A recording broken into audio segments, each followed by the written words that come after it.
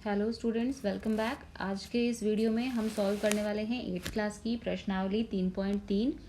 देखिए, प्रश्नावली 3.3 का पहला प्रश्न, ABCD एक समांतर चतुर्भुज है। प्रत्येक कथन को परिभाषा का प्रयोग किए गए गुण द्वारा पूरा कीजिए।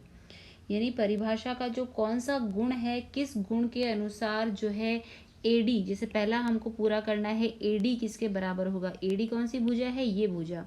तो AD किसके बराबर होगी हमको वो बताना है, और क्यों होगी वो भी बताना है। तो देखिए हम क्या करते हैं, पहला भाग हल करते हैं। AD किसके बराबर होगी हम देखते हैं।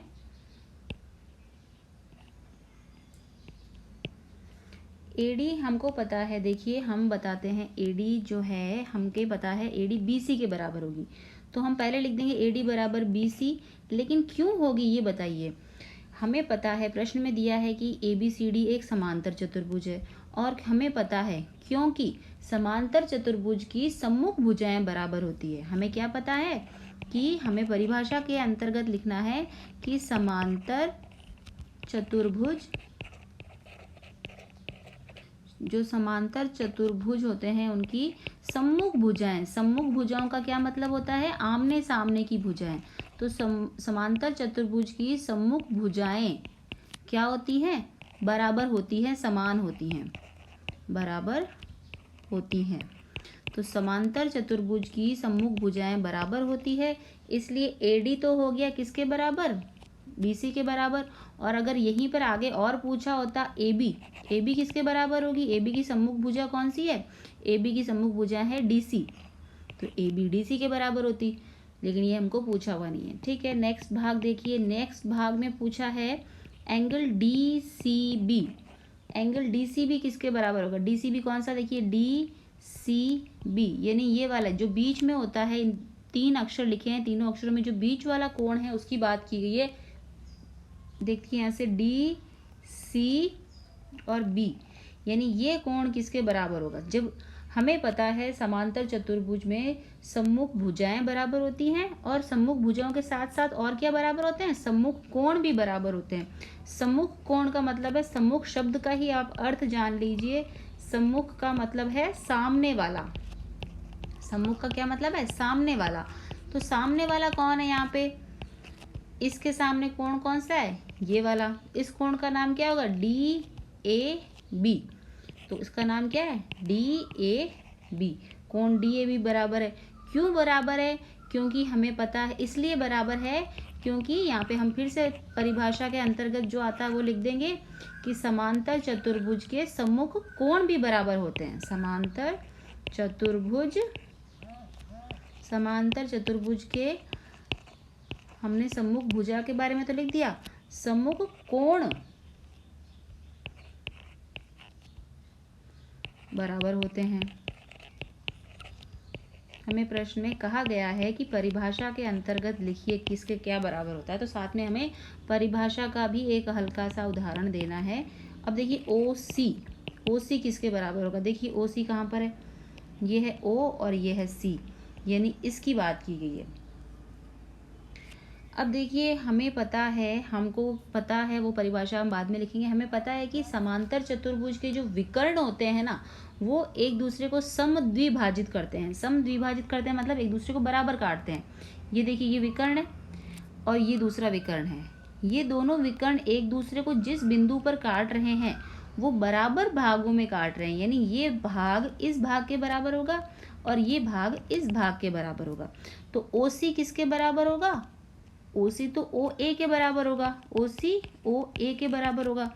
और अगर OB की बात करें, OB किसके बराबर होगा, OD के बराबर होगा। क्यों होगा, क्योंकि समांतर चतुर्भुज के विकर्ण एक दूसरे को समद्विभाजित करते हैं, ये हमको लिखना है। OC बराबर है OA के। क्यों बराबर है, इसलिए बराबर है, हम लिखेंगे इसका कारण, समांतर चतुर्भुज के विकर्ण एक दूसरे को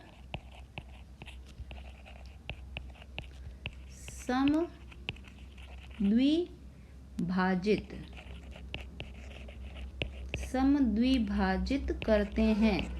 समद्विभाजित करने का मतलब है एक दूसरे को बराबर दो भागों में बांटते हैं। और चौथा भाग पूछा गया है measurement of angle DAB plus measurement of angle CDA किसके बराबर होगा। देखिए प्रश्न में चलते हैं, कहाँ पर है measurement of angle DAB। Angle DAB या कोण DAB प्लस CDA यानी इस कोण का और इस कोण का पूछा है। इन दोनों कोणों का योग किसके बराबर होगा। तो देखिए इन दोनों का कोणों का योग किसके बराबर होगा। इन दोनों का योग कितना होगा 180 डिग्री होगा। क्यों होगा, क्योंकि हम जानते हैं कि समांतर चतुर्भुज के जो हमें पता है कि यहाँ पे दो रेखाएं, दो जो है AB और DC, कहाँ पर है ये AB और ये DC एक दूसरे के क्या है समांतर है। और यहाँ पर DA जो है एक तिर्यक रेखा है। देखिए क्यों है ऐसा वो हम बता रहे हैं। AB और DC दोनों एक दूसरे के समांतर है, पैरेलल है, समांतर है, मतलब इन दोनों के बीच की जो दूरी है वो हमेशा समान रहेगी। और DA यहाँ पर एक तिर्यक रेखा है, मतलब यहाँ पे अगर हम ऐसे मान लें DC और ऐसे मान लें AB, तो यहाँ पे DA जो है ये एक तिर्यक रेखा का काम कर रही है, यानी इन दोनों से होकर गुजर रही है। इसलिए एंगल DAB जो ये वाला एंगल है DAB ये वाला और ये एक ही तिर्यक रेखा के अंतः सम्मुख कोण है। ये दोनों कोण कैसे कोण है अंतः सम्मुख कोण। इन दोनों का योग कितना हो गया 180 डिग्री। क्यों है 180 डिग्री, क्योंकि ये दोनों कैसे कोण हैं, ये दोनों कोण हैं अंतः सम्मुख कोण।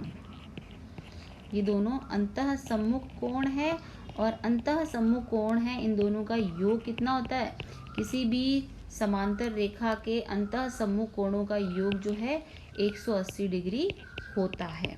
बस ये इसका कारण है कि इन दोनों का योग कितना होगा 180 डिग्री होगा। क्यों है 180, क्योंकि ये दोनों अंतः सम्मुख कोण है और अंतः सम्मुख कोणों का योग